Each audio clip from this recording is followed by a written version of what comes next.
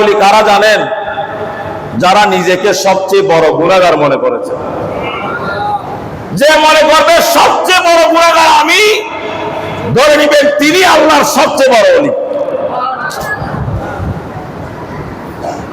সুতরাং আমার মুসল্লি ভাইদের জন্য আমি বলবো, পোস্টার দেখে কাকে ওলি মনে করবেন না।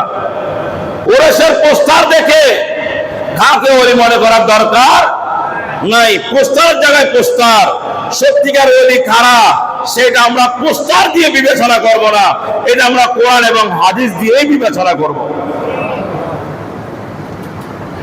আমি আপনাদের কাছে প্রশ্ন রাখি, আপনাদের বিশ্বাস কি বলেন?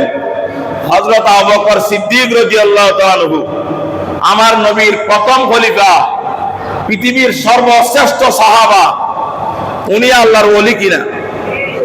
ওলি মানে বন্ধু, ওলি মানে আল্লাহর বন্ধু।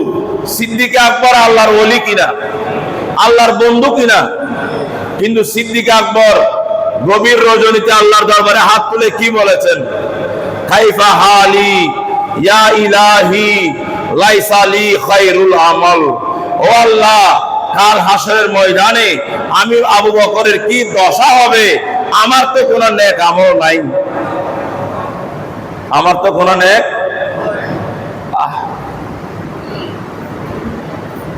কাইফা হালি ইয়া ইলাহি লাইসা লি খায়রুল আমল। আল্লাহ, আমি আবু বকরের তো কোনো নেক আমল নাই, আমি কাল হাসরের ময়দানে তোমার সামনে কিভাবে দাঁড়াবো? জোরে বলেন সুবহানাল্লাহ। আর শয়তানকে জিজ্ঞাসা করেন, ও মিস্টার ইবলিস, শয়তান তুমি গুনাহগার নাকি নেককার?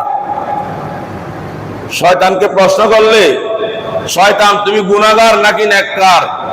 শয়তান নিজেরে গুনাহগার বলবে? হ্যাঁ, কি বলবে? বলবে যে বেটা, কমপক্ষে 9.5 লক্ষ বছর আল্লাহর ইবাদত করেছি। আমি যখন ইবাদত স্টার্ট করেছি তখন তোদের বাপ আদমের জন্ম হয় নাই। আদম আলাইহিস সালামের জন্ম, আমি তখন থেকে আল্লাহর ইবাদত করতেছি। আমার চেয়ে বড় ওলি আবার কে হবে? আমার চেয়ে বড় ইবাদত গুজার কে হবে? আমি সবচেয়ে সেরা। আমি আমি আমি এই আমি করেছে এক নম্বরে যে, তার নাম হচ্ছে শয়তান। তার নাম কি? নিজেকে বেশি ইবাদত গুজার মনে করা, এটা শয়তানের কাজ। আর নিজেকে সবচেয়ে বড় গুনাহগার মনে করা, এটা সিদ্দিক আকবরের কাজ। আমরা কি শয়তানের দলে থাকবো নাকি সিদ্দিক আকবরের দলে থাকবো? সিদ্দিক আকবরের দলে থাকবো আমরা। হুজুর, সিদ্দিক আকবরের দলে থাকলে কি হবে?